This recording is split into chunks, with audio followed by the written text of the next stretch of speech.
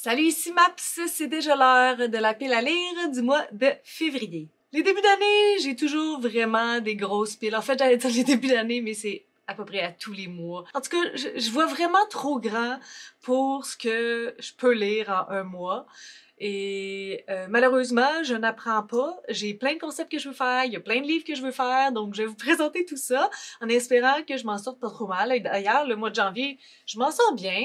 Il y a beaucoup de livres à lire, puis j'ai un peu des deadlines en plus, mais disons que j'ai du plaisir à faire ça, donc c'est pas plus grave que ça. Cette année, j'ai décidé de piger une carte du jeu de la pile à lire à chaque mois. Le mois de janvier, j'avais eu compétition et je ne remettrai pas cette carte-ci dans mon jeu. Donc, le but, c'est de piger 12 catégories différentes dans l'année. Donc, je vais commencer par ça parce que, encore une fois, si ça fit dans mes lectures que j'ai, tant mieux. Sinon, il va falloir que je réarrange des petites choses. Donc, je brosse en espérant que la chance soit avec moi et que ça soit quelque chose qui est déjà planifié. Ça serait magnifique. Est-ce qu'on peut espérer des choses magnifiques comme ça? Nul ne sait. Elles sont comme un peu collantes, là. Ben, pas collantes comme eux, mais elles se collent entre elles. Je pense que je vais être pas mal prête à piger. Allons-y pour celle-là ici. Je vais vous la montrer. J'espère qu'elle va être en... Oh, ça a l'air rose. Est-ce en ordre? Non, elle est en vert. Handicap, visible ou invisible? Oui, c'est pas facile. Okay. J'ai quelque chose qui me vient en tête, mais je l'ai pas avec moi. On va voir s'il y a d'autres choses dans mes trucs qui pourraient fitter. Donc, le mois de janvier, j'ai lu beaucoup de livres prêtés parce que je devais lire des auteurs et des autrices spécifiques. Pour le mois de février, je vais essayer de lire plus de livres de ma palle, au moins quelques-uns, mais c'est encore un mois où j'ai une couple de choses à lire. Mais je pense que je vais avoir pas l'espoir de faire vraiment mieux que le mois de janvier. Je m'attendais par contre à ce que le mois de janvier soit ici, donc je suis pas nécessairement déçue de moi-même. J'ai décidé d'aller avec en majorité des romances et des livres roses pour le mois de février. Qui suis-je pour partir dans les thématiques naturelles? Je ne sais pas, mais ça me tentait. Donc, commençons avec les romances de ma bibliothèque, de ma pile à lire. J'ai celui-là ici qui est L'ami de cœur de Liz Young. Depuis qu'elle a appris que Léo la trompe, Izzy Palmer hésite, tirer définitivement un trait sur les hommes et tout miser sur son chien Henry ou s'acharner à trouver l'âme sœur. Très vite, la seule compagnie de son chien la déprime. Izzy se sent un peu esselée. Elle ne peut pas se passer des hommes. Et puis, il y a Nick, rencontre éphémère d'une soirée. La fin du jour de l'an approche et, avec elle, le fatidique baiser de minuit. Nick sera là. Izzy est bien décidée à prendre les choses en main. Donc, pas certaine des femmes qui ne peuvent se passer d'hommes. On est très bien capable de vivre sans vous, les hommes. Mais bon, on verra comment c'est amené, mais disons que de lire ça comme ça, je suis moyennement satisfaite. Je veux continuer la série The Elements série de Brittany C. Cherry. Donc celui-là, c'est le troisième et c'est de la New Romance. Donc j'ai très hâte. Notre vie est faite de moments. Certains sont terriblement douloureux et chargés de chagrin d'hier. D'autres sont merveilleusement optimistes et gros des promesses de demain. J'ai connu beaucoup de ces moments dans ma vie, des plus déchirants aux plus incroyables. Il était toujours là. J'avais 8 ans quand j'ai perdu ma voix. Une partie de moi m'a été volée. Et la seule personne qui pouvait vraiment entendre mon silence était Brooke. Il était la lumière de mes jours sombres, la promesse du lendemain, jusqu'à ce que la tragédie le rattrape. Une tragédie qui a fini par le noyer dans un océan de souvenirs. C'est l'histoire d'un garçon et d'une fille qui s'aimaient l'un l'autre, mais qui ne s'aimaient pas eux-mêmes. Une histoire de vie et de mort, d'amour et de promesses brisées. Oh, ça a l'air déchirant. Et une romance avec du rose. Donc, La floraison des nénuphars de Marie-Christine Chartier. J'ai déjà lu ce qui est le premier l'allégorie des truites arc-en-ciel. Donc, est-ce que je vous lis la... Non, je vous lirai pas le quatrième de couverture parce que j'imagine que ça peut être un peu avec des divulgateurs du premier, donc je vous réfère vers ma critique du premier tome. Après ça, ben, j'étais en quête de livres roses, donc j'en ai loué 5. En ce moment, j'en ai 3 dans mes mains. Ces 3-là, je pense que c'est ceux-là prioritaires que je veux lire, puis les autres, si j'ai le temps, je vous en parle dans pas long. Donc, on commence avec Burgundy de Mélanie Michaud. J'avais pas ça, moi, un petit minois angélique rehaussé de pommettes ou accompagné de fossettes. Non, j'avais une face haïssable, des dents bizarres puis du flot de Kool-Aid ou de Mr. Freeze autour de la bouche. Petite Bourgogne, années 80, la petite Mélanie se tient droite devant la misère, la cruauté et l'injustice qui y règne. Un roman drôle mais brutal, campé à l'époque des Grocery Steinberg, des fraisinettes et des photos scolaires aux arrière-plans futuristes. Filibuste de Frédéric Côté. J'ai vu une entrevue avec cette autrice-là, puis Jean-Philippe Barry-Guérard et Fanny Demeule. Puis de plus en plus, je suis ultra curieuse de savoir qu'est-ce que je vais penser de ce livre-là. Donc, un dimanche, après le souper familial, 3 sœurs apprennent que leur père est impliqué dans un accident. Il se retrouvera dans la rubrique des faits divers. Delphine, Flavie et Bébé encaissent la tragédie, absorbées par leurs chicanes, les petites et les grosses, pleines de ressentiment. La place que chacune occupe dans la famille, la mère qu'on blâme pour tout. Dans Filibuste, le père joue un rôle principal, mais ce sont les femmes qui racontent l'histoire. Et le dernier, c'est Alice marche sur Fabrice de Rosalie Roy-Boucher. Où vais-je? Je vais à Santiago. C'est ça le but, non? Remarquez, je vois pas trop pourquoi, je comprends pas trop. Quelqu'un comprend ce qu'on fait ici? Rire nerveux. Je viens de passer pour une hostie de débile profonde, encore ultraya. Alice. Alice marche sur le chemin de Compostelle pour oublier Fabrice, et elle se sacre du reste. La beauté des champs de tournesol, les villages abandonnés, les retraités sympathiques, les illuminations chrétiennes et les petits chiens curieux, bof. Alice marche. C'est pour ça qu'elle est venue. Du moins, c'est ce qu'elle pense. Par la suite, je voulais louer Fille de Marie d'Arsigny, mais il était à aucune des bibliothèques proches de moi, donc je l'ai commandé, mais il n'arrivera pas avant le mois de février, donc on va mettre une croix sur Fille. Mais il y avait les petits souliers à l'entrée. Attendez, je vous en ai parlé lorsque j'ai fait ma vidéo pour les livres roses. Les petits souliers dans l'entrée, je pense. Que j'ai loué, mais qui n'est pas encore arrivé. J'y ai pensé un matin. Donc, les nouveaux petits souliers dans l'entrée d'Amy Lachapelle. Ma joie se fissure légèrement par la peur. Cette âme qui se joint à nous, avec son passé, ses forces et ses faiblesses, devra se mouler à notre passé, nos forces et nos faiblesses. William attend avec impatience que la famille soit complète, ravi d'avoir enfin quelqu'un avec qui jouer. C'est hallucinant de constater que cette journée est un tournant dans nos vies. Tout s'apprête à changer pour le meilleur, je l'espère, et non pour le pire. Depuis le décès de sa mère, Stéphanie ressent un grand vide dans sa vie, un vide qu'elle cherche désespérément à combler. Après une discussion avec sa grande amie, qui œuvre à la DPJ, elle décide d'ouvrir les portes de sa confortable existence pour devenir famille d'accueil avec son conjoint et leur fils.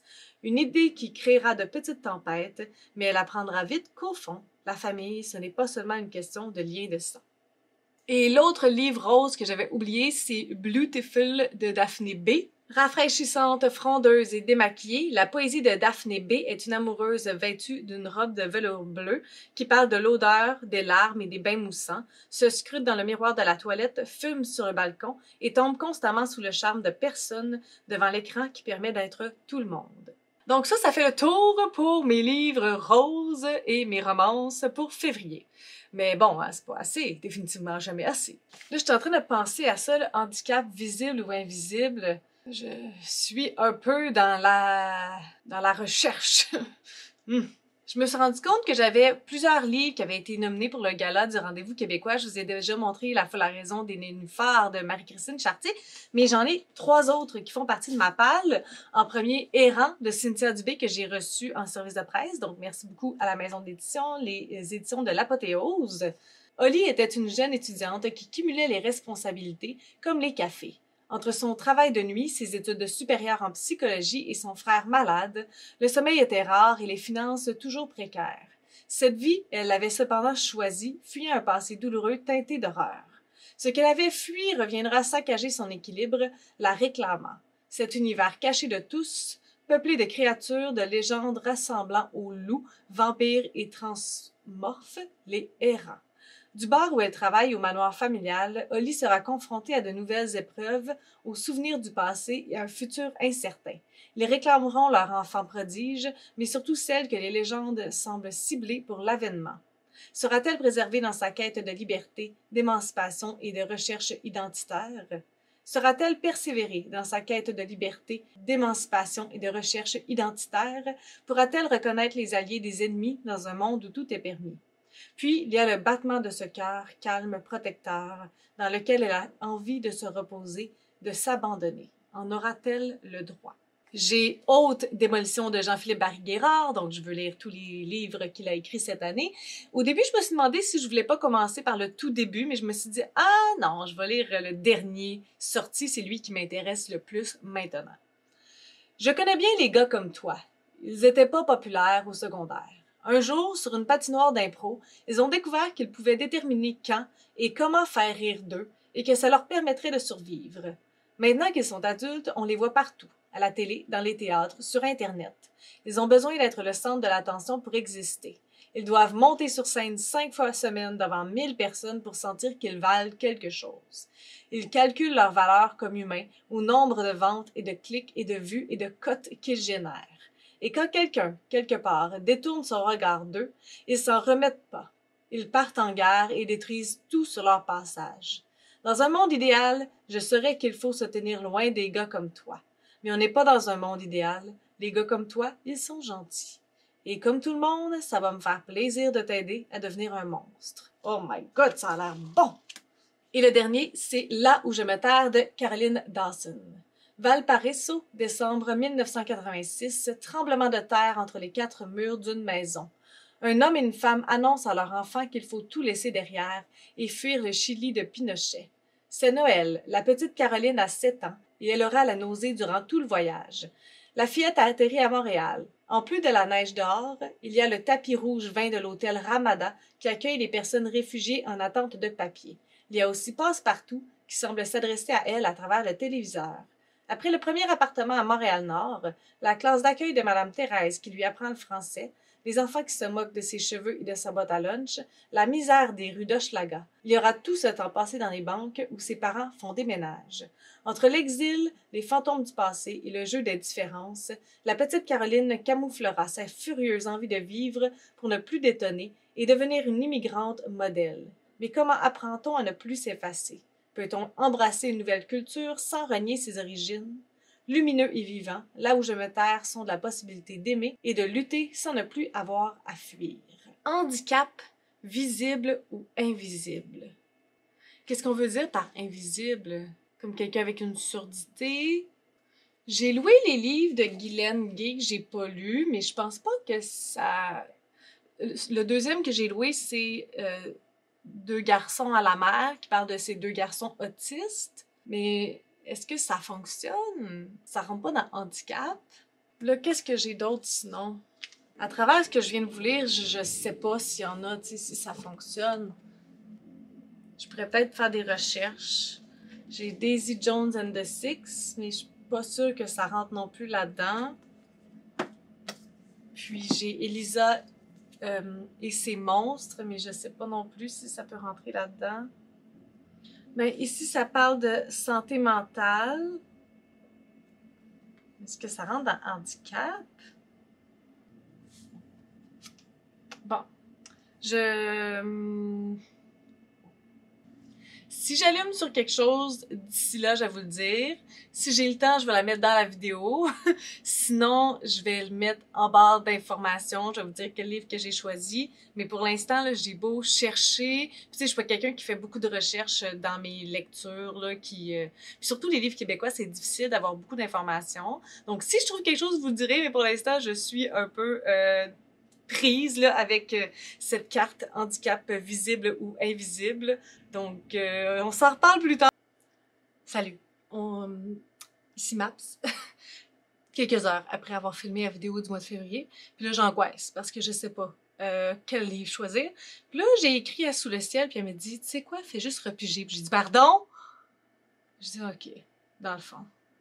Moi qui est super rigide, hein, je peux pas imaginer ça. Mais en même temps, là, je fais beaucoup d'anxiété parce que j'ai aucune idée si j'ai un livre avec un handicap visible ou non. Donc là, je vais piger une autre carte, puis on va tout faire comme si j'avais jamais pigé la première. Puis si j'avais un livre qui fonctionnait avec la première, tant mieux.